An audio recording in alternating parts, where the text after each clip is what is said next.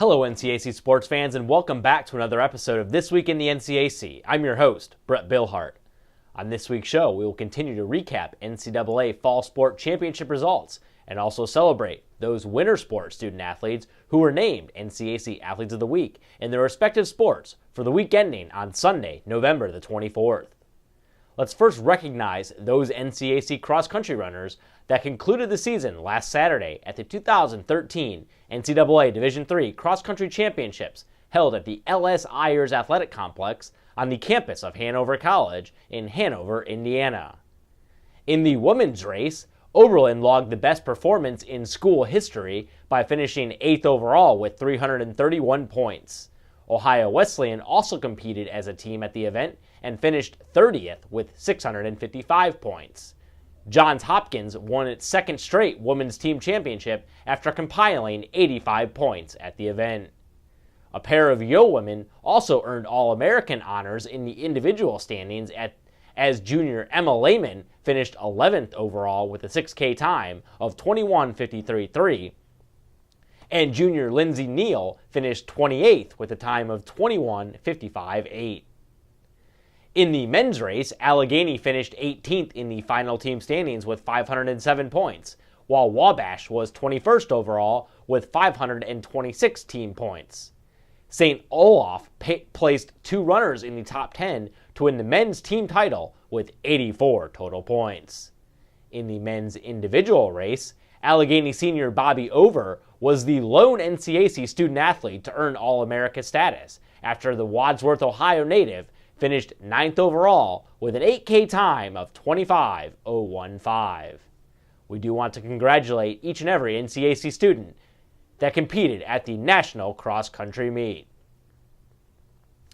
Keeping NCAA Fall Sport Championships in mind, let's head over to the pitch where Kenyon saw its season come to a close on Saturday night following a 2-1 loss against Messiah in the sectional semifinal round of the 2013 NCAA Division III Men's Soccer Tournament. The Lords played the defending national champions tough as they tied the score up at 1-1 with a goal off the foot of Nate Petro late in the first half, and that score would stand for the majority of the second half until a Messiah goal in the 89th minute would push the Falcons to the sectional finals. Congratulations do go out to head coach Chris Brown and the entire Kenyon men's soccer program for an outstanding season this fall in Gambier. And finally, we'll wrap up the NCAA tournament portion of this week's show on the gridiron, where the Wittenberg Tigers have advanced to the round of 16 in the NCAA Division III Football Championships following a 59-17 win over Lebanon Valley on Saturday in Springfield. The Tigers put up eye-popping offensive numbers in the 42-point victory as they scored on 9 of 10 possessions, racked up 600 yards of total offense, and were not forced to punt in the entire game. Most of the Tigers' damage was done through the air, as senior quarterback Reed Florence completed 15 of 21 pass attempts for 344 yards and a school record-tying 6 touchdowns. That performance raised his season total to 36 touchdown passes, which is now the NCAC's benchmark for total touchdown passes in a single season. 4 of Florence's touchdown strikes went to senior receiver Desi Kirkman, covering 35, 65, 41, and 21 yards. Kirkman added to his production on the day by setting a school record with a 90-yard punt return for a touchdown in the second quarter. With the victory over Lebanon Valley, the Tigers will now travel to Alliance, Ohio this Saturday, November 30th, for a 12 p.m. kickoff against defending national champions Mount Union. And we'll now shift our attention to winter sports and take a dive into the pool to celebrate our weekly award winners in swimming and diving. The men's award went to Ohio Wesleyan freshman Will Paul, who won 2 events to lead the Battling Bishops to the team title at their own Corbier-Marion Invitational with 854 points. Paul, who hails from Delaware, Ohio, won the 500 free with a time of 4:56.74 and also touched first in the 1650 free with a time of 17:13.10.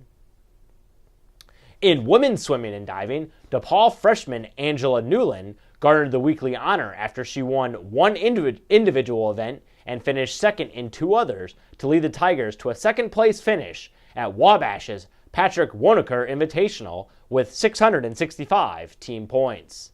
Newland, a resident of O'Fallon, Illinois, won the 400 IM with an NCAA beat cut time of 4:33.43 and then set a school record and posted another NCAA beat cut by finishing second overall in the 500 free with a time of 5:01.09. All 10 NCAC swimming and diving teams will be idle this week for the Thanksgiving holiday. Now we'll head over to the hardwood to celebrate the achievements of the men's and women's basketball Player of the Week recipients. The Women's Award went to Denison freshman Jordan Holmes, who played a key role in a pair of Big Red victories last week against Mount St. Joseph and Waynesburg.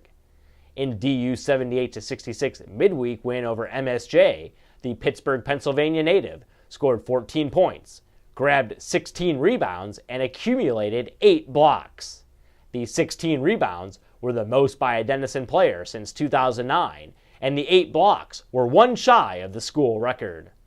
Holmes then played her way onto the all-tournament team over the weekend at the Mount Union Invitational by combining for 26 points, 25 rebounds, and 11 block shots in a 75-70 loss against Hanover on Friday and a 91-69 win over Waynesburg on Saturday. The weekly award on the men's side went to Worcester senior guard Doug Thorpe, who guided the 8th-ranked Fighting Scots to 3 wins last week against Oberlin, Baldwin Wallace, and 5th-ranked Wheaton, Illinois. Thorpe, who resides in Columbus, Ohio, opened the week by scoring 14 points in the Fighting Scots 77-58 season-opening league win over Oberlin on Tuesday. He was then named to the Al Van Wee Rotary Classic All-Tournament team after combining for 39 points and 7 assists in the wins over BW and Wheaton. In the 77-73 win over Wheaton on Saturday, Thorpe scored 18 of his 21 points in the second half and scored the game's final 10 points to secure the 4-point win for the Scots. NCAC basketball action continues in the week ahead, with Thanksgiving Day, Thursday, November 28th, being the only day without scheduled competition. And fans, as always, for up-to-date news, stats, and standings from around the North Coast Athletic Conference, you can log on to our website at www.northcoast.org. Also be sure to follow us on Twitter at NCAC, as well as like us on Facebook. And for the entire conference staff, I'm Brett Billhart, and thanks for watching.